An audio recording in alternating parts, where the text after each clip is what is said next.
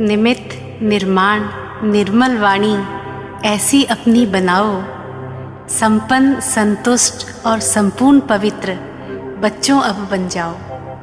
घर चलना है देर हो रही और न देर लगाओ। सुनो सुनो क्या कहती दादी, ज़रा गौर फरमाओ, ज़रा गौर फरमाओ।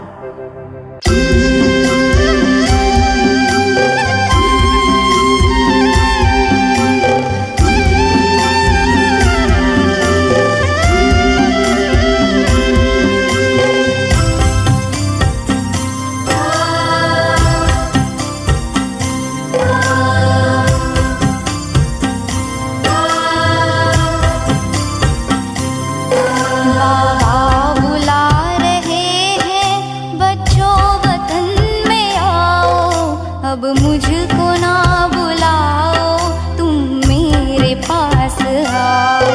बाबा बुला रहे हैं, बच्चों वतन में आओ।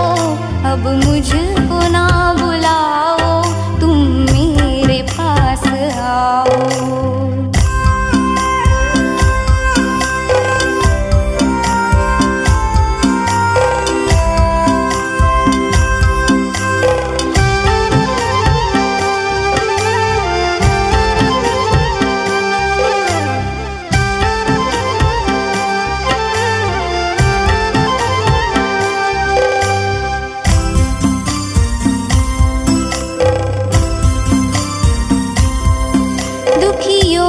चीतकारे क्या तुम तलक न आई, क्या भक्तों की पुकारे पड़ती नहीं सुनाई।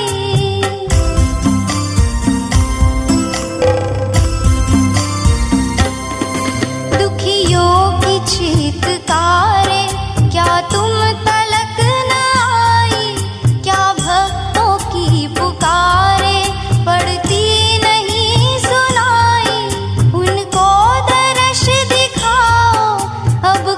तरस तो खाओ, अब कुछ तरस तो खाओ। बाबा बुला रहे हैं, बच्चों वतन में आओ। अब मुझको ना बुलाओ, तुम मेरे पास आओ।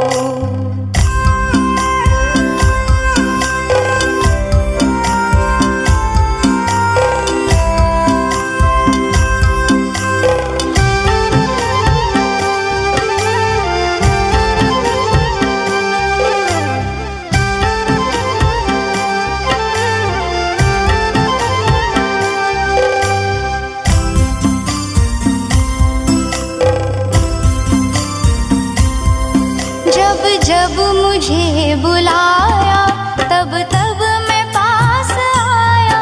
सर्वस्व अपना देकर वादा हर एक निभाया।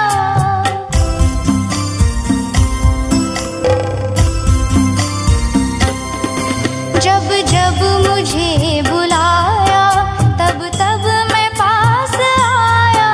सर्वस्व अपना देकर वादा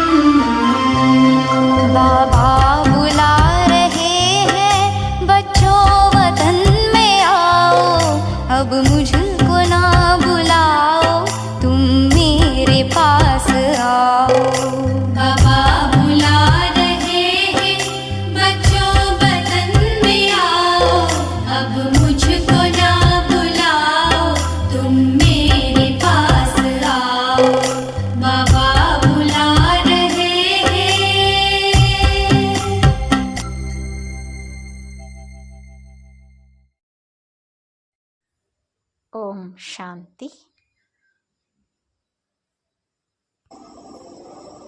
पिताश्री शिव बाबा याद है। मुरली दिनांक 10/5/72।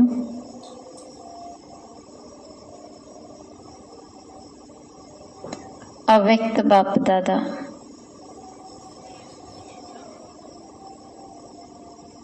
स्वमान में रहने से फरमान की पालना।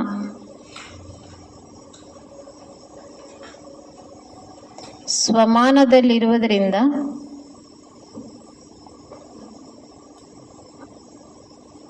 ಆದೇಶದ ಪಾಲನೆ।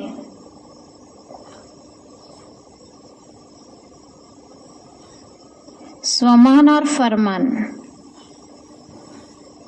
दोनों में रहने और चलने के अपने को हिम्मतवान समझते हो।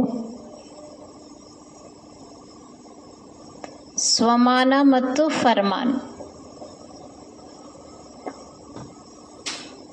ಸ್ವಮಾನದಲ್ಲಿರುವ ಹಾಗೂ ಫರ್ಮಾನ್ ಅಂದರೆ ಆದೇಶ, ಆಜ್ಞೆಗಳು, ಬಾಬಾ ಕೊಟ್ಟ ಆದೇಶದಂತೆ ನಡೆಯುವಂತಹ ಸಾಹಸಿಗಳಾಗಿದ್ದೀರಾ? ಜೋಡಿ ಜೋಡಿ ಶಬ್ದ ಹೇಳ್ತಾರೆ ಬಾಬಾ. ಯಾವ್ದ್ಯಾವುದು? ಸ್ವಮಾನ, ಫರಮಾನ. ಸ್ವಮಾನದಲ್ಲೂ ಸ್ಥಿತ ಆಗಿರಬೇಕು, ಆದೇಶದಂತೆಯೂ ನಡೆಯಬೇಕು. ಎರಡರಲ್ಲೂ ನಾನು ಕರೆಕ್ಟ್ ಇದ್ದೀನಿ ಅಂತ ತಿಳಿದುಕೊಂಡಿದ್ದೀರಾ? ಒಂದು ವೇಳೆ ಸ್ವಮಾನದಲ್ಲಿ ಸ್ಥಿತರಾಗದಿದ್ದರೆ ಆದೇಶದಲ್ಲಿ ನಡೆಯುವುದರಲ್ಲೂ ಸಹ ಒಂದಿಲ್ಲ ಒಂದು ದುರ್ಬಲತೆ ಬಂದ್ಬಿಡ್ತದೆ. ಎರಡು ಕನೆಕ್ಷನ್, ಸ್ವಮಾನ ಫರ್ಮಾನ. ಸ್ವಮಾನದಲ್ಲಿಲ್ಲದಿದ್ದರೆ ಆದೇಶದಂತೆ ನಡೆಯುವುದರಲ್ಲಿ ವೀಕ್ನೆಸ್. ಆದ್ದರಿಂದ ಎರಡೂ ಮಾತುಗಳಲ್ಲಿ ಸ್ವಯಂ ಅನ್ನ ಯಥಾರ್ಥ ರೂಪದಲ್ಲಿ ಸ್ಥಿತ ಮಾಡುವಂತಹ ಸ್ಥಿತಿಯುಳ್ಳವರಾಗಬೇಕು. ವರ್ತಮಾನ ಪುರುಷೋತ್ತಮ ಸಂಗಮ ಯುಗದಲ್ಲಿ ಬ್ರಾಹ್ಮಣರು ಶ್ರೇಷ್ಠಾತಿ ಶ್ರೇಷ್ಠ ಸ್ವಮಾನದ ಸ್ಥಿತಿಯಲ್ಲಿ ಸ್ಥಿತರಾಗಬೇಕು. ಬಾಬಾ ಹೇಳ್ತಾರೆ, ಇದು ಒಂದು ಶ್ರೇಷ್ಠ ಸ್ವಮಾನದಲ್ಲಿ ಸ್ಥಿತರಾಗುವುದರಿಂದ ನಾನು ಪುರುಷೋತ್ತಮ ಸಂಗಮ ಯುಗದ ಬ್ರಾಹ್ಮಣರ ಈ ಒಂದು ಶ್ರೇಷ್ಠ ಸ್ವಮಾನದಲ್ಲಿ ಸ್ಥಿತರಾಗುವುದರಿಂದ ಭಿನ್ನ ಭಿನ್ನ ಪ್ರಕಾರದ ದೇಹಾಭಿಮಾನ ಸ್ವತಃವಾಗಿ ಸಹಜವಾಗಿ ಸಮಾಪ್ತಿಯಾಗಿ ಬಿಡುತ್ತದೆ. ಸ್ವಮಾನದಲ್ಲಿ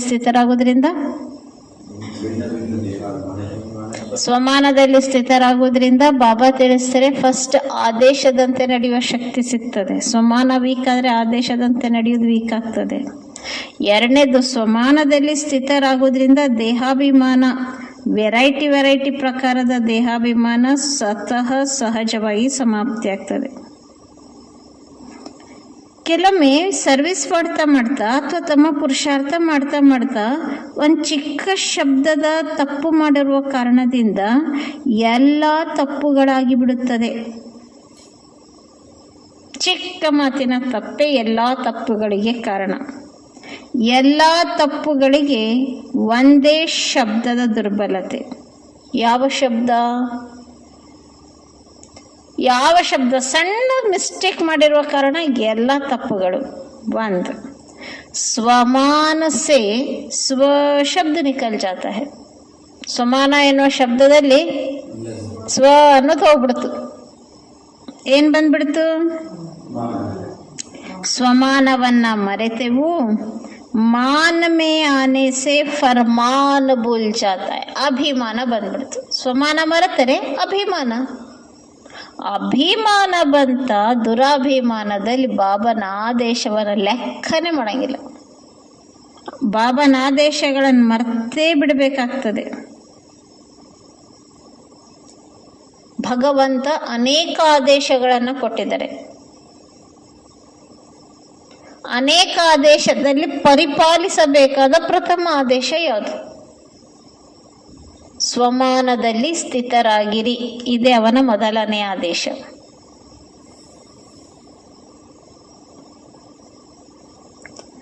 ಬಾಬಾ ಹೇಳ್ತಾರೆ,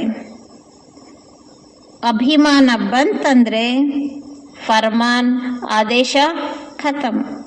ಬಾಬಾನ ಆದೇಶ ಯಾವುದು? ಸಮಾನದಲ್ಲಿರಿ. ಅಭಿಮಾನ ಬಂತಂದ್ರೆ ಸಮಾನ ಫರ್ಮಾನ್ ಖತಮ್. ಇದು ಒಂದು ಶಬ್ದದ ತಪ್ಪಾಗುವ ಕಾರಣ ಅನೇಕ ತಪ್ಪುಗಳಾಗ್ತದೆ.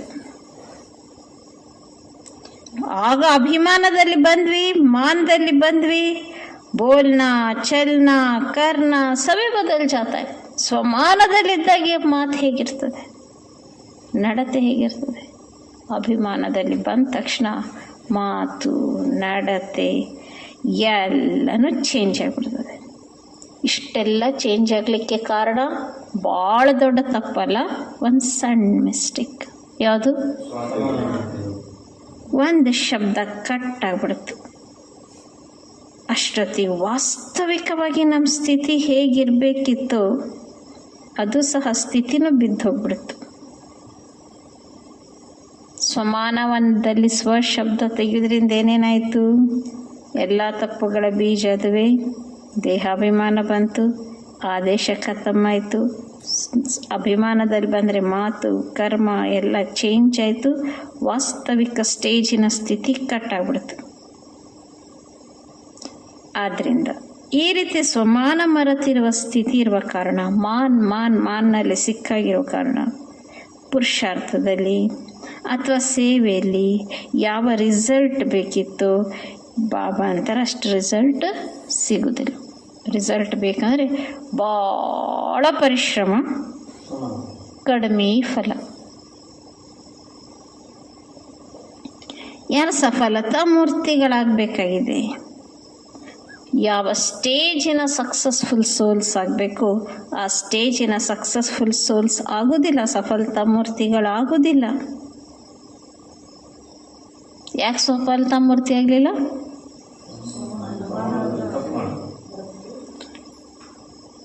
ಯಾವಾಗ ಸಫಲತಾ ಮೂರ್ತಿಗಳಾಗೋದಿಲ್ವೋ, ಭಾಳ ಪರಿಶ್ರಮ ಪಟ್ಟರೂ ಸಫಲತಾ ಮೂರ್ತಿ ಆಗಲಿಲ್ವಾ, ಏನಾಗ್ಬಿಡ್ತಾವ? ಪುರುಷಾರ್ಥದಲ್ಲಿ ಸೇವೆಯಲ್ಲಿ ಥಕ್ ಜಾತೆ.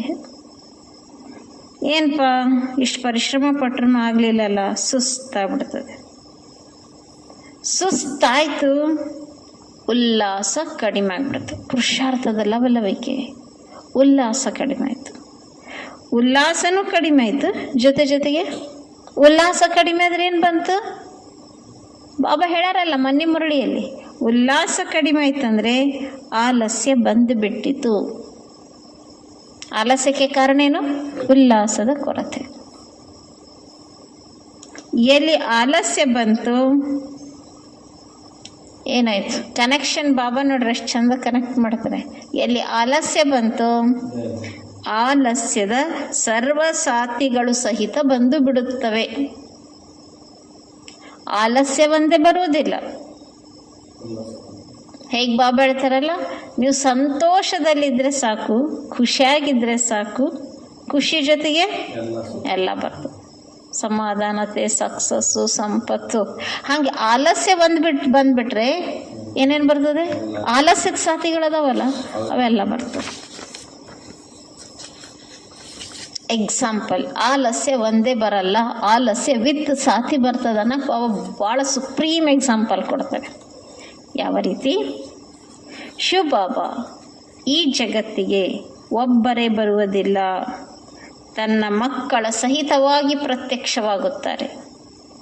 ಬಾಬನ ಜೊತೆಗೆ ಮಕ್ಕಳು ಸಹಿತವಾಗಿ ಪ್ರತ್ಯಕ್ಷತೆ ಆಗುತ್ತದೆಯೋ ಅದೇ ರೀತಿ ವಿಕಾರಗಳಾದರೂ ಅಷ್ಟೇ, ಅದು ಒಂದೇ ಬರಲ್ಲ. ಆಲಸ್ಯ ಬಂತಂದರೆ ಆಲಸ್ಯದ ಎಲ್ಲ ಸಾಥಿಗಳು ಬರ್ತವೆ. ಆಲಸ್ಯಗಳು ಬಂತಂದರೆ ಆಲಸ್ಯ ಸಾಥಿಗಳು ಯಾವುದು? ಶಾಂತಿ, ಸಮಾಧಾನ, ಪವಿತ್ರತೆನ. ಆಲಸ್ಯ ಸಾಥಿ ಯಾವುದು? ಕಾಮಕ್ರೋಧ, ಮೋಹಲೋಭ, ಅಹಂಕಾರ, ವಿಕಾರ. ಆಲಸ್ಯ ಬಂತು, ಆ ವಿಕಾರಗಳು ಪ್ರವೇಶ ಆಗಿರುವ ಕಾರಣ ಒಂದಿಲ್ಲ ಒಂದು ಆದೇಶದ ಉಲ್ಲಂಘನೆ ನಡೆದು ಬಿಡುತ್ತದೆ. ವಿಕಾರ ಎಲ್ಲಿ ವಿಕಾರ ಐತಿ ಅಲ್ಲೇ ಈಶ್ವರನ ಸ್ಟ್ರಾಂಗ್ ಶ್ರೀಮತಗಳು ಮುರಿದು ಹೋಗ್ಬಿಡ್ತವೆ. ಫರ್ಮಾನ್ ಉಲ್ಲಂಘನೆ ಆಗೋ ಕಾರಣ ಸ್ಥಿತಿ ಏನಾಯಿತು? ಒಂದಿಲ್ಲ ಒಂದು ಮಾತಿನಲ್ಲಿ ಬೇಡಿಕೆಗಳು ಉಳ್ಕೊಂಡ್ಬಿಡ್ತವೆ. ಅರ್ಮಾನ್, ಎಷ್ಟು ಜೋಡಿ ಶಬ್ದ ಇದಾವ ಅವನ ಹತ್ರ. ಸ್ವಮಾನ್, ಫರ್ಮಾನ್, ಅಭಿಮಾನ್, ಮಾನ್, ದೇಹಾಭಿಮಾನ್. ಈಗ ಬಾಬಾ ಅಂತಾರೆ ಅರ್ಮಾನ್. ಹಂಗೆ ಮಾಡಿಕೊಡು ಬಾಬಾ, ಸಿಕ್ಕಾಕೊಂಡಿನಿ ಮ್ಯಾಲೆತ್ತು ಬಾಬಾ, ನನ್ನ ದುರ್ಬಲತೆ ನನಗೆ ಬಿಡಿಸ್ಕೊಳಕ್ಕಾಗೋಲ್ತು ಬಾಬಾ. ಅರ್ಮಾನ್ಗಳು ಸ್ಟಾರ್ಟ್ ಆಗ್ತದೆ. ಅರ್ಮಾನ್ ಯಾಕೆ ಬಂತು? ಆಲಸ್ಯ, ಸಾಥಿ, ವಿಕಾರ, ಫರ್ಮಾನ್ ಉಲ್ಲಂಘನೆ, ಅದಕ್ಕೆ ಅರ್ಮಾನ್. ಈ ರೀತಿ ಹಂಗೆ ಮಾಡಿ ಬಾಬಾ, ಹಿಂಗೆ ಮಾಡಿ ಬಾಬಾ ಅನ್ನೋರು ನಾ खुद संतुष्ट रहते ना दूसरों को संतुष्ट कर पाते, सिर्फ एक शब्द कट करने के कारण. ಇವಿಷ್ಟು ರಾಮಾಯಣ ಮಹಾಭಾರತ ರಗಳೆ ಆಗೋದೇಕೆ? ಒಂದೇ ಶಬ್ದ ಕಟ್ ಮಾಡಿದ್ದಕ್ಕೆ. ಸ್ವಮಾನದಿಂದ ಸ್ವ ತೆಗೆದುಬಿಟ್ರೆ ಬಾಬಾ ತಿಳಿಸ್ತಾ ಇದ್ದಾರೆ, ಸ್ವಯಂವೂ ಸಂತುಷ್ಟಿರಲ್ಲ, अन्यರು संतुष्ट इरुವುದಿಲ್ಲ. इसलिए कभी भी अपनी उन्नति का जो प्रयत्न करते हैं वह सर्विस का कोई भी प्लान बनाकर प्रैक्टिकल में लाते हो तो प्लान बनाने और प्रैक्टिकल में लाने समय भी पहले अपने स्वमान की स्थिति में स्थित हो, फिर कोई भी प्लान बनाओ और प्रैक्टिकल में लाओ. ಆದ್ದರಿಂದ ತಮ್ಮ ಉನ್ನತಿ ಮಾಡಲೇನು ಪ್ರಯತ್ನ ಪಡ್ತಿರಲ್ಲ, ಎಷ್ಟು ಚಂದ ಬಾಬಾ ಗೈಡ್ ಮಾಡ್ತಾರೆ ನೋಡ್ರಿ. ಏನೋ ಉನ್ನತಿಯ ಪ್ಲಾನ್ ಹಾಕೊಂಡಿರ್ತೀರಿ, ಯೋಗ, ತಪಸ್ಸು, ಮೌನ, ಅಥವಾ ಸೇವೆಯ ಪ್ಲಾನ್ ಮಾಡ್ತೀರಿ, ಎಕ್ಸಿಬಿಷನ್, ಸಂದೇಶ.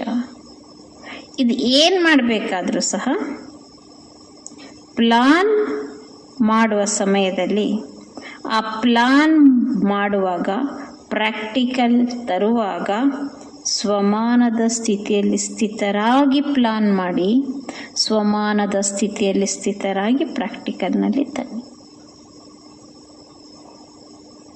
ಇವತ್ತಿನ ಸ್ವಮಾನ ನೆನಪಿದೆಯಾ ಎಲ್ಲರಿಗೂ? ಜ್ಞಾನಪೂರ್ಣನು, ಸರಳ ಚಿತ್ತನು. ಬಾಬಾ ತಿಳಿಸ್ತಾ ಇದ್ದಾರೆ, ಸ್ವಮಾನದ ಸ್ಥಿತಿಯಲ್ಲಿ ಸ್ಥಿತರಾಗಿದ್ದು ಪ್ಲಾನ್ ಮಾಡಬೇಕು, ಆಮೇಲೆ ಪ್ರಾಕ್ಟಿಕಲ್ನಲ್ಲಿ ತರಬೇಕು.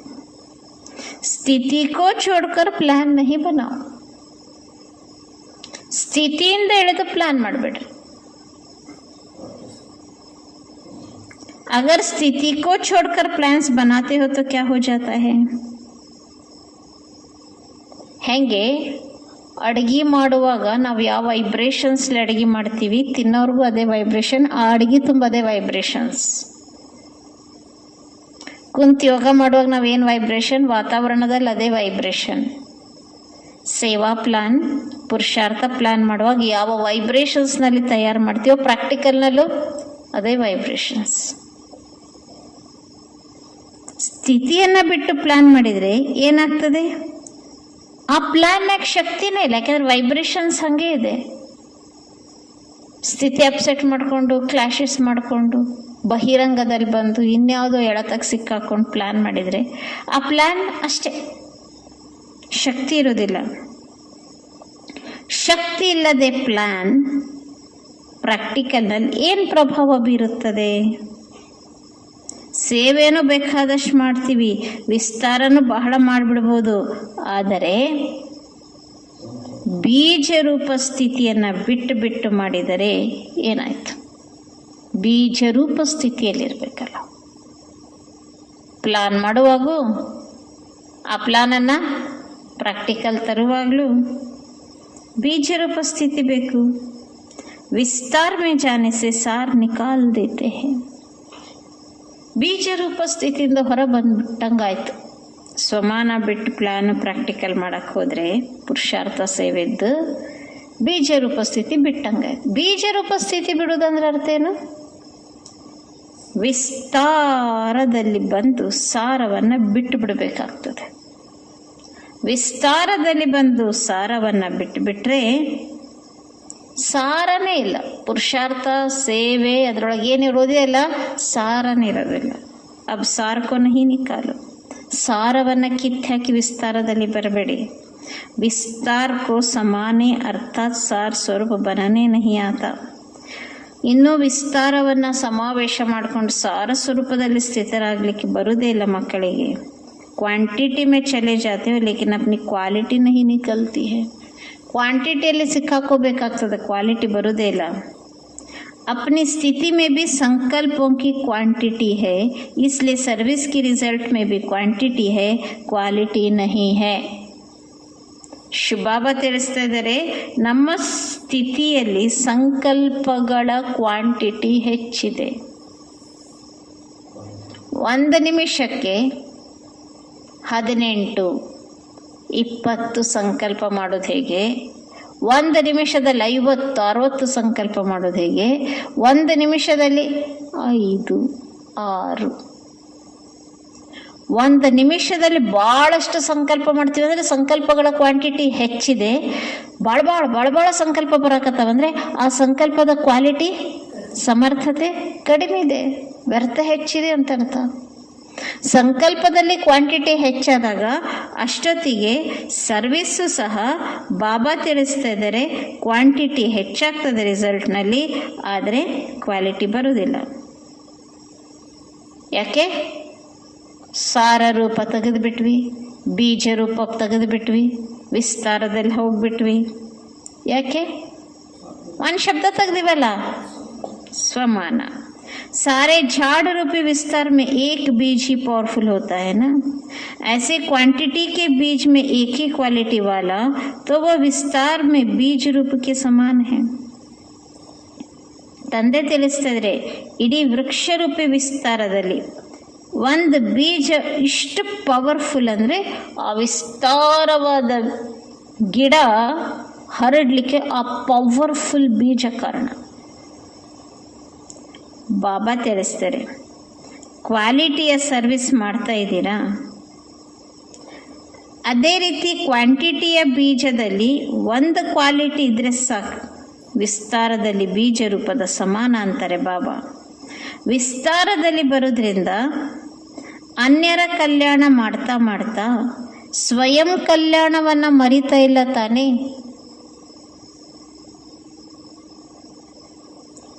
ಯಾವಾಗ ಅನ್ಯರ ಪ್ರತಿ ಹೆಚ್ಚು ಅಟೆನ್ಷನ್ ಕೊಡ್ತೀವೋ ಒಳಗಡೆ ಟೆನ್ಷನ್ ನಡೀತದೆ, ಹೊರಗಡೆ ಅಟೆನ್ಷನ್. ಅನ್ಯರ ಪ್ರತಿ ಅಟೆನ್ಷನ್ ಕೊಡ್ತೀವಿ, ಅವ್ರು ಹಿಂಗೆ ಮಾಡ್ಬೇಕು, ಇವ್ರು ಹಿಂಗೆ ಮಾಡ್ಬೇಕು, ಅವ್ರು ಹಂಗದಾರಿ, ಅನ್ಯರ ಕಡೆ ಅಟೆನ್ಷನ್, ಸ್ವಯಂ ಕಡೆ ಅಟೆನ್ಷನ್ ಇಲ್ಲ ಅಂದರೆ ಒಳಗಡೆ ಟೆನ್ಷನ್ ನಡೀತದೆ. ಆ ಒಳಗಿನ ಟೆನ್ಷನ್ ಕೇರೆ ಮಾಡಲ್ಲ, ಯಾಕೆಂದ್ರೆ ನಾವು ಬರೀ ಬ್ಯುಸಿ ಯಾವುದರಲ್ಲಿ? ಬೇರೆಯವ್ರು ನೋಡೋದ್ರಲ್ಲಿ. ಒಳಗಿನ ಟೆನ್ಷನ್ ನಡೆಯಕತ್ತೈತಲ್ಲ, ಪೆಹಲೆ ಅದ್ರ ಮೇಲೆ ಟೆನ್ಷನ್ ಕೊಡ್ರಿ. ಆ ನಂತರ ವಿಶ್ವದಲ್ಲಿ ಅನೇಕ ಪ್ರಕಾರದ ಟೆನ್ಷನ್ ಐತಲ್ಲ, ಅವಾಗ ಖಲಾಸ ಆಗ್ತದೆ. ನಾನ್ ಟೆನ್ಷನ್ ಫ್ರೀ ಆದರೆ, ನಾನ್ ಟೆನ್ಷನ್ನಿಂದ ಮುಕ್ತನಾಗುವ ಪುರುಷಾರ್ಥ ಮಾಡಿದರೆ ವಿಶ್ವದ ಅನೇಕ ಪ್ರಕಾರದ ಟೆನ್ಷನ್ ಸಮಾಪ್ತಿ ಆಗ್ತದೆ. ಹಾಗಾದರೆ ಅನ್ಯರ ಮೇಲೆ ಅಟೆನ್ಷನ್ ಕೊಡೋ ಮೊದಲು ಒಳಗಡೆ ಇರುವ ಒತ್ತಡ, ಟೆನ್ಷನ್, ಪ್ರೆಷರ್ ಏನಿದೆಯಲ್ಲ ಅದ್ರ ಕಡೆಗೆ ಗಮನ ಕೊಡಬೇಕು, ಸ್ವಯಂ ಕಡೆ ನೋಡಬೇಕು.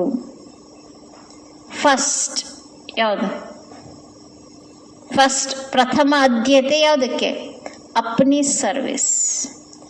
ನನ್ನ ಪರಿವರ್ತನೆ, ನನ್ನ ಸರ್ವಿಸಿನ ಕಡೆಗೆ ಮೊದಲನೇ ಆದ್ಯತೆ. अपनी सर्विस की तो दूसरों की सर्विस स्वतः ही हो जाती है. ಸ್ವಯಂ ಸೇವೆ ಆದಾಗ ಅನ್ಯರ ಸೇವೆ ತಾನಾಗಿ ನಡೀತದೆ ಅಂತಾರೆ ಬಾಬಾ. ಸ್ವಯಂನ ಸರ್ವಿಸನ್ನು ಬಿಟ್ಟು ಅನ್ಯರ ಸೇವೆಯಲ್ಲಿ ತೊಡಗಿದಾಗ ಸಮಯ, ಸಂಕಲ್ಪ ಹೆಚ್ಚು ಖರ್ಚು ಮಾಡಬೇಕಾಗ್ತದೆ. ಈ ಕಾರಣದಿಂದ ಏನು ಜಮಾ ಆಗಬೇಕಿತ್ತು ಅದು ಜಮಾ ಆಗೋದೇ ಇಲ್ಲ. ಜಮಾ ಆಗದೇ ಇರುವ ಕಾರಣ ನಶೆ ಮತ್ತು ಖುಷಿ ಇರುವುದಿಲ್ಲ.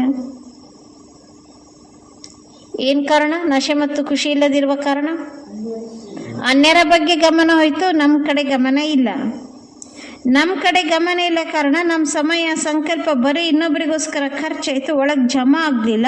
ಜಮಾ ಆಗದೇ ಇರುವ ಕಾರಣದಿಂದ ಖುಷಿ ನಶೆ ಇಲ್ಲೇ ಇಲ್ಲ. ಅನ್ಯರ ಬಗ್ಗೆ ಸೇವೆ ಮಾಡಿದೆವು, ಮಾಡಿದ್ದಕ್ಕೆ ಸಂಪಾದನೆನೂ ಮಾಡಿತು, ಸಂಪಾದನೆನೂ ಮಾಡಾಯ್ತು, ತಿಂದು ಆಯ್ತು, ಖಾಲಿಯೂ ಆಯ್ತು. ಅಲ್ಪ ಕಾಲ ಆಗ್ಬಿಡ್ತದೆ ಅನ್ಯರ ಬಗ್ಗೆ ಟೆನ್ಷನ್ ಕೊಡೋದ್ರಿಂದ. ಯಾರ ಬಗ್ಗೆ ಟೆನ್ಷನ್ ಕೊಡ್ಬೇಕು? ಜಮಾ ರಹತಾ ಹೇ ವ ಸದಾ ಸಾಥ್ ರಹತಾ ಹೇ. ಖರ್ಚು ಮಾಡಿದ್ರೆ ಖಾಲಿ ಆಗಿಬಿಡ್ತದೆ, ಜಮಾ ಇದ್ದಿದ್ದು ಸಾಥ್ ಇರ್ತದೆ. ಈಗ ಜಮಾ ಮಾಡಿಕೊಳ್ಳೋದು, ಜಮಾ ಮಾಡಿ ಇಟ್ಕೊಳ್ಳೋದನ್ನು ಕಲೀರಿ. ಜಮಾ ಮಾಡಿ ಗೋಡೌನ್ ತುಂಬ ಸ್ಟಾಕ್ ಇಟ್ಕೊಂಡಿರ್ತಾರೆ. ಡಿಮಾಂಡ್ ಬಂದಾಗ, ಹೆಚ್ಚು ರೊಕ್ಕ ಬಂದಾಗ ಏನು ಮಾಡ್ತಾರೆ? ಅದನ್ನು ಸೇಲ್ ಮಾಡ್ತಾರೆ. ಅವಾಗ ಹೆಚ್ಚು ಸಂಪಾದನೆ. ಹಂಗೆ ನಾವೀಗ ಶಕ್ತಿ ಗುಣಗಳನ್ನು ಏನು ಮಾಡ್ಕೊಂಡು ಇಟ್ಕೋಬೇಕು? ಜಮಾ ಮಾಡಿ ಇಟ್ಕೊಬೇಕು. ಎಷ್ಟು? 1 ಜನ್ಮಕ್ಕೆ ಬೇಕಾಗುವಷ್ಟಲ್ಲ, 21 ಜನ್ಮಕ್ಕಾಗಿ ಬೇಕಾಗುವಷ್ಟು ಜಮಾ ಮಾಡ್ಕೋಬೇಕು. ಒಂದು ವೇಳೆ ಈಗೀಗಲೇ ಜಮಾ ಮಾಡಿದ್ವಿ, ಈಗೀಗಲೇ ತಿಂದ್ವಿ, ಭವಿಷ್ಯದಲ್ಲಿ ಏನು ಉಳಿಸ್ಕೊಂತೀರಿ? ಅಭಿ ಅಭಿ ಕಮಾಯ ಅಭಿ ಅಭಿ ಬಾಂಟ ನಹಿ. ಈಗಲೇ ಸಂಪಾದನೆ ಮಾಡಿದೆವು, ಈಗಲೇ ಖಾಲಿ ಮಾಡಿದೆವು, ಆ ರೀತಿ ಆಗಬಾರ್ದು. ಖಾನೆ ಬಾದ್ ಸಮಾನಾ ಭಿ ಚಾಹಿಯೇ, ಫಿರ್ ಬಾಂಟನಾ ಭಿ ಚಾಹಿಯೇ. ಈಗೀಗ ಸಂಪಾದನೆ ಮಾಡಬೇಕು. ಸಂಪಾದನೆ ಮಾಡಿದ್ದನ್ನ ಬಾಬಾ ತಿಳಿಸ್ತಾರೆ. ಖಾನಾ ಭಿ ಹೇ, ತಿನ್ಬೇಕಲ್ಲ, ಬರೀ ಸಂಪಾದನೆ ಮಾಡಿಡೋದಲ್ಲ, ತಿನ್ಲೂಬೇಕು. ಸಮಾವೇಶ ಇದನ್ನ ಏನು ಮಾಡಬೇಕು? ಸ್ಟಾಕ್ ಇಟ್ಕೋಬೇಕು, ಅನೇಕರಿಗೆ ಹಂಚಬೇಕು. ಸಂಪಾದನೆ ಮಾಡಿದೆವು, ಸಮಾವೇಶ ಮಾಡ್ಕೊಳ್ಳೇ ಇಲ್ಲ. ಒಳಗಡೆ ಎಷ್ಟು ತುಂಬಿಕೊಂಡಿದ್ವೋ ಅಷ್ಟು ಹಂಚಿಬಿಟ್ವಿ, ಶಕ್ತಿನೇ ಇಲ್ಲ. ನಾ ಅನೇಕರಿಗೆ ಹಂಚಿದೆ ಅನ್ನೋದು ಒಂದು ಖುಷಿ ಇರ್ತದೆ ಅಷ್ಟೇ. ಒಳಗಡೆ 21 ಜನ್ಮಕ್ಕೆ ಬೇಕಾಗಲಿಕ್ಕೆ ಸ್ಟಾಕೇ ಇರಲ್ಲ. ಬಾಬಾ ಹೇಳ್ತಾರಲ್ಲ, ನೀವೇನು ದುಡಿತೀರೋ ದುಡ್ದಿದ್ದನ್ನ 1 ಪಾಲು ಪೇರೆಂಟ್ಸಿಗೆ ಕೊಡ್ರಿ, 1 ಪಾಲು ಏನು ನಿಮ್ದು ಡೈಲಿ ಖರ್ಚು ಮಾಡ್ಕೊರಿ, 1 ಪಾಲು ಬಾಬಾನಿಗೆ ಕೊಡ್ರಿ, 1 ಪಾಲು ಬ್ಯಾಂಕ್ನಾಗ ಇಡ್ರಿ ಅಂತಾರಲ್ಲ ಬಾಬಾ. ಲೌಕಿಕ ಹಣಕ್ಕೆ ಈಶ್ವರ್ಯ ಸಂಪಾದನೆ ಆದರೂ ಅಷ್ಟೇ. ನಾವು ತಿನ್ಬೇಕು, ಜಮಾ ಮಾಡ್ಕೋಬೇಕು, ಆಮೇಲೆ ಅನೇಕರಿಗೆ ಹಂಚಬೇಕು. ಬಾಬಾ ತಿಳಿಸ್ತಾರೆ, ತುಂಬಿಕೊಳ್ಳೋದು, ಸ್ಟಾಕ್ ಇಟ್ಕೊಳ್ಳಂಗಿಲ್ಲ, ಎಲ್ಲರಿಗೂ ಹಂಚಿಬಿಡೋದು. ದಾನ ಮಾಡೋದ್ರಿಂದ ಖುಷಿ ಇರ್ತದೆ, ಅದ್ರ ಒಳಗಡೆ ಶಕ್ತಿಯ ಸ್ಟಾಕ್ ಎಲ್ಲಿ ಹೋಯ್ತಲ್ಲ ಶಕ್ತಿ? ವ್ಯಕ್ತಿಗೆ ಖುಷಿಯ ಜೊತೆಗೆ ಶಕ್ತಿಯೂ ಬೇಕು. ಬರೇ ಖುಷಿ ಅಲ್ಲ, ಖುಷಿಯ ಜೊತೆಗೆ ಶಕ್ತಿಯೂ ಬೇಕು. ಶಕ್ತಿ ಇಲ್ಲದಿರುವ ಕಾರಣ ನಿರ್ವಿಘ್ನವಾಗಿರಕ್ಕಾಗಲ್ಲ, ವಿಘ್ನಗಳನ್ನ ದಾಟ್ಲಿಕ್ಕಾಗಲ್ಲ. ಚಿಕ್ಕ ಪುಟ್ಟ ವಿಘ್ನಗಳು ಪುರುಷಾರ್ಥದ ಲಗನನ ಡಿಸ್ಟರ್ಬ್ ಮಾಡಿಬಿಡ್ತದೆ. ಯಾಕೆ ವಿಘ್ನ ಬಂತ ಹೇಳ್ರಿ? ತುಂಬಿಕೊಂಡೆವು, ಆದ್ರೆ ವಿಘ್ನ ಯಾಕೆ ಬಂತು? ತುಂಬಿಕೊಂಡಿದ್ದನ್ನ ಎಲ್ಲ ಏನ್ ಮಾಡ್ಬಿಟ್ಟಿವಿ? ಹಂಚ್ಬಿಟ್ಟಿವಿ. ಅದನ್ನ ಸಮಾವೇಶ ಮಾಡ್ಕೊಳ್ಳಿಲ್ಲ, ಜಮಾ ಮಾಡ್ಕೊಳ್ಳಿಲ್ಲ. ಆದ್ದರಿಂದ ಅಷ್ಟಶಕ್ತಿಗಳಲ್ಲಿ ಯಾವ ಶಕ್ತಿ ಜಮಾ ಮಾಡ್ಕೋಬೇಕು? ಸಮಾವೇಶಗೊಳಿಸುವ ಶಕ್ತಿಯನ್ನು ಜಮಾ ಮಾಡಿಕೊಳ್ಳಬೇಕು, ಧಾರಣೆ ಮಾಡಬೇಕು. जैसे खुशी की झलक सूरत में दिखाई देती है, वैसे शक्ति की झलक भी दिखाई देनी चाहिए. ಯಾವ ರೀತಿ ಖುಷಿಯ ಪ್ರಭೆ ಮುಖದಲ್ಲಿ ಕಾಣ್ತದೆ, ಅದೇ ರೀತಿ ಶಕ್ತಿಯ ಪ್ರಭೆಯು ಮುಖದಲ್ಲಿ ಕಾಣಬೇಕು. ಸರಳ ಚಿತ್ತ ಬಹುತ್ ಬನೋ, ಬಹಳ ಸರಳ ಚಿತ್ತರಾಗಿರಿ. ಈ ತಿಂಗಳು ದವ್ಯಕ್ತಿ ಶಾರೆ. ಸರಳ ಚಿತ್ತರಾಗಿರಿ. ಎಷ್ಟು ಸರಳ ಚಿತ್ತರೋ ಅಷ್ಟೇ ಸಹನಾಶೀಲರು. ಇದೇ ಈ ತಿಂಗಳ ಪುರುಷಾರ್ಥ. ಎಷ್ಟು ಸರಳ ಚಿತ್ತರೋ ಅಷ್ಟೇ ಸಹನಾಶೀಲರಾಗಿರಿ. कि सहनशीलता भी सरलता है, सरलता के साथ समाने की, सरलता के साथ सहन करने की शक्ತಿ चाहिए. ಸರಳತೆ ಜೊತೆಗೆ ಸಮಾವೇಶ ಮಾಡಿಕೊಳ್ಳುವ ಶಕ್ತಿ, ಸರಳತೆ ಜೊತೆಗೆ ಸಹನೆ ಮಾಡಿಕೊಳ್ಳುವ ಶಕ್ತಿಯೂ ಬೇಕು. ಡಾಕ್ಟರ್ಸ್ ಟ್ಯಾಬ್ಲೆಟ್ಸ್ ಬರೆದು ಕೊಡಬೇಕಾದ್ರೆ ಕಾಂಬಿನೇಷನ್ ಆಗಿ ಬರೀತಾರೆ. ಅದ್ರಾಗ ಬರೀ ಪ್ಯಾರಾಸಿಟಮಾಲ್ ಇದ್ರೆ ನಡೆಯಂಗಿಲ್ಲ. ಕೆಲವ್ರಿಗೆ ಪ್ಯಾರಾಸಿಟಮಾಲ್ ಬೇಕು, ಡೈಕ್ಲೋನು ಮಿಕ್ಸ್ ಆಗಿದ್ದು ಬೇಕು.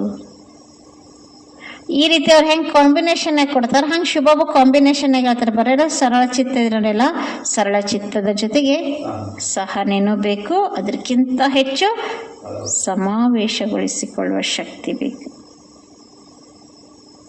अगर समाना और सहन करने की शक्ति नहीं, ಸಮಾವೇಶ ಮಾಡಿಕೊಳ್ಳುವ ಶಕ್ತಿ, ಸಹನೆ ಮಾಡುವ ಶಕ್ತಿ ಇಲ್ಲ, ಕೇವಲ ಸರಳ ಇದ್ದರೆ ಭೋಲಾ ರೂಪ ಧಾರಣೆ ಭೋಲಾ ಆಗಬೇಕಾಗ್ಬಿಡ್ತದೆ. ಅಂಥವ್ರು ಭೋಲಾ ಆಗ್ಬಿಡ್ತಾರೆ. ಭೋಲಾ ಆಗ್ಬಿಟ್ರೆ ಬಹುತ್ ಬಾರಿ ನುಕ್ಸಾನ್ ಕರ್ದೇತ. ಭಾಳ ಬೋಲ ಇದ್ರೆ ಜನ ಬಿಡ್ತಾರ, ಮಾಯ ಬಿಡ್ತದ. ಫಸ್ಟ್ ಅಟ್ಯಾಕ್ ಮಾಡೋದೇ ಯಾರನ್ನ? ಯಾಕೆ? ಕೇವಲ ಸರಳತೆ ಇದೆ, ಸಾರದಲ್ಲಿ ಇರುವ ಶಕ್ತಿ ಇಲ್ಲ. ತುಂಬಿಕೊಂಡ ಶಕ್ತಿಯನ್ನ ಸಮಾವೇಶ ಮಾಡಿಕೊಳ್ಳುವ ಶಕ್ತಿ ಇಲ್ಲ, ಸಹನೆ ಮಾಡುವ ಶಕ್ತಿ ಇಲ್ಲ, ಭಾಳ ಬೋಲ ಆಗ್ಬಿಡ್ತಾರೆ. तो ऐसे सरल चित्त भी नहीं बनना, ಇಂಥ ಸರಳ ಚಿತ್ತ ಸಹಿತ ಆಗಬಾರದು. बाबा ಹೇಳ್ತಾರೆ, बाप को भोलानाथ कहा जाता है, लेकिन ऐसा भोला नहीं जो सामना न कर सके. ಹಾ, ಬಾಬಾ ಭೋಲಾನಾಥ್, ಆದರೆ ಏನನ್ನು ಎದುರಿಸುವ ಶಕ್ತಿ ಇಲ್ಲದಿರುವಷ್ಟೇನು ಬಾಬಾ ಭೋಲಾ ಅಲ್ಲ. ಆ ರೀತಿ ಭೋಲಾ ಆಗಬಾರ್ದು ನಾವು. ಸರಳ ಚಿತ್ತ, ಸಹನಶೀಲ, ಸಮಾವೇಶಗೊಳಿಸುವ ಶಕ್ತಿ, ಅಷ್ಟನ್ನು ಧಾರಣೆ ಮಾಡಬೇಕು. ಅಚ್ಚಾ, ಮುಂದಿನ ಮುರಳಿಯನ್ನು ನಾಳೆ ಕಂಟಿನ್ಯೂ ಮಾಡಲಾಗ್ತದೆ. ಏನೇನು ಮಾಡ್ಬೇಕಂದ್ರೆ ಬಾಬಾ, ಸ್ವಮಾನ ಫರ್ಮಾನ್. ಸ್ವಮಾನದಲ್ಲಿ ಇಲ್ಲ ಅಂದರೆ ಫರ್ಮಾನ್ ಅಂತೆ ನಡೆಯುವ ಶಕ್ತಿ ಇರಲ್ಲ. ಮಾನ ಬರ್ತದೆ. ಮಾನ ಬರುವ ಕಾರಣದಿಂದ ಅಭಿಮಾನ ಬಂತು, ಬೋಲ್ನ ಚಲನ ಎಲ್ಲ ಚೇಂಜ್ ಆಗಿಬಿಡ್ತು. ಸ್ವಮಾನದಲ್ಲಿಲ್ಲ ಅಂದರೆ ಸಫಲತಾ ಮೂರ್ತಿ ಇರುವುದಿಲ್ಲ. ಮೆಹನತ್ ಹೆಚ್ಚು, ಥಕ್ ಜಾತೆ, ಉಲ್ಲಾಸ ಇಲ್ಲ, ಆಲಸ್ಯ ಬಂತು. ಆಲಸ್ಯ ಬಂತಂದ ತಕ್ಷಣ ಆಲಸ್ಯದ ಸರ್ವಸಾಥಿಗಳು ಬಂತು. ಅಷ್ಟೊತ್ತಿಗೆ ನ ಸ್ವಯಂ ಸಂತುಷ್ಟ, ಅನ್ಯರು ಸಂತುಷ್ಟ ಇರುವುದಿಲ್ಲ. ಅದಕ್ಕೆ ಯಾವುದೇ ಪ್ಲ್ಯಾನ್ ಮಾಡುವಾಗ ಸ್ಥಿತಿ ಸ್ವಮಾನದಲ್ಲಿದ್ದು ಪ್ಲ್ಯಾನ್, ಸ್ವಮಾನದಲ್ಲಿದ್ದು ಪ್ರಾಕ್ಟಿಕಲ್, ಸೇವಾ ಸಬ್ಜೆಕ್ಟ್ ಅಥವಾ ಪುರುಷಾರ್ಥದ ಸಬ್ಜೆಕ್ಟ್. ಸ್ವಮಾನದ ಸ್ಥಿತಿಯಲ್ಲಿದ್ದು ಪ್ಲ್ಯಾನ್ ಮಾಡಿಲ್ಲ ಅಂದರೆ ಕ್ವಾಂಟಿಟಿ ಹೆಚ್ಚಾಗ್ತದೆ, ಕ್ವಾಲಿಟಿ ಇರುವುದಿಲ್ಲ. ಬೀಜ ರೂಪ, ಸಾರ ರೂಪ ಹೋಗ್ತದೆ, ವಿಸ್ತಾರ ಹರಡುತ್ತದೆ. ಅದಕ್ಕೆ ಬಾಬಾ ತಿಳಿಸ್ತಾ ಇದ್ದಾರೆ, ಫಸ್ಟ್ ವಿಶ್ವಕ್ಕೆ ಅಟೆನ್ಷನ್ ಕೊಡೋ ಮೊದಲು ಸ್ವಯಂ ಟೆನ್ಷನ್ ದೂರ ಮಾಡಿಕೊಳ್ಳುವ ಅಟೆನ್ಷನ್ ಕೊಡಿ. ಬರೀ ಇನ್ನೊಬ್ಬರನ್ನ ನೋಡಿಕೊಂಡ್ರೆ ತುಂಬಿಕೊಂಡಿರುವ ಎಲ್ಲ ಶಕ್ತಿ ಬರೀ ಎಲ್ಲರಿಗೂ ಹಂಚಿಬಿಟ್ರೆ ನಮಗೋಸ್ಕರ ಏನೋ ಜಮಾನೆ ಉಳಿಯೋದಿಲ್ಲ. ಯಾವಾಗ ಜಮಾನೆ ಉಳಿಯೋದಿಲ್ವೋ ಅಷ್ಟೊತ್ತಿಗೆ ಬಾಬಾ ತಿಳಿಸ್ತಾ ಇದ್ರೆ ಖಾಲಿ ಖಾಲಿ ಕೊಟ್ಟಿರುವ ಶಕ್ತಿ, ಕೊಟ್ಟಿರುವ ಖುಷಿ ಒಂದೇ, ಒಳಗೆ ಶಕ್ತಿನೇ ಇಲ್ಲ. ಒಳಗಡೆ ಸ್ಟಾಕ್ ಇಲ್ಲದಿದ್ದಾಗ ಬಾಬಾ ತಿಳಿಸಿರೋ ವಿಘ್ನಗಳು ಡಿಸ್ಟರ್ಬ್ ಮಾಡ್ತವೆ. ಮುಖದಲ್ಲಿ ಖುಷಿ ಇದೆ ಆದರೆ ಶಕ್ತಿ ಇಲ್ಲ. ಅದಕ್ಕೆ ಬಾಬಾ ಅಂತಾರೆ ಬಹಳ ಸರಳ ಚಿತ್ತ ಆಗಬೇಕು. ಸರಳ ಚಿತ್ತದ ಜೊತೆಗೆ ಸಹನಾ ಶಕ್ತಿ ಮತ್ತು ಸಮಾವೇಶಗೊಳಿಸೋ ಶಕ್ತಿ ಇಲ್ಲದಿದ್ದರೆ ಓನ್ಲಿ ಭೋಲ ಆಗಬೇಕಾಗ್ತದೆ. ಆ ರೀತಿ ಆಗಬಾರ್ದು ಅಂತ ಬಾಬಾ ತಿಳಿಸ್ತಾರೆ. ಅಚ್ಚಾ, ಓಂ ನಮಃ ಶಿವಾಯ.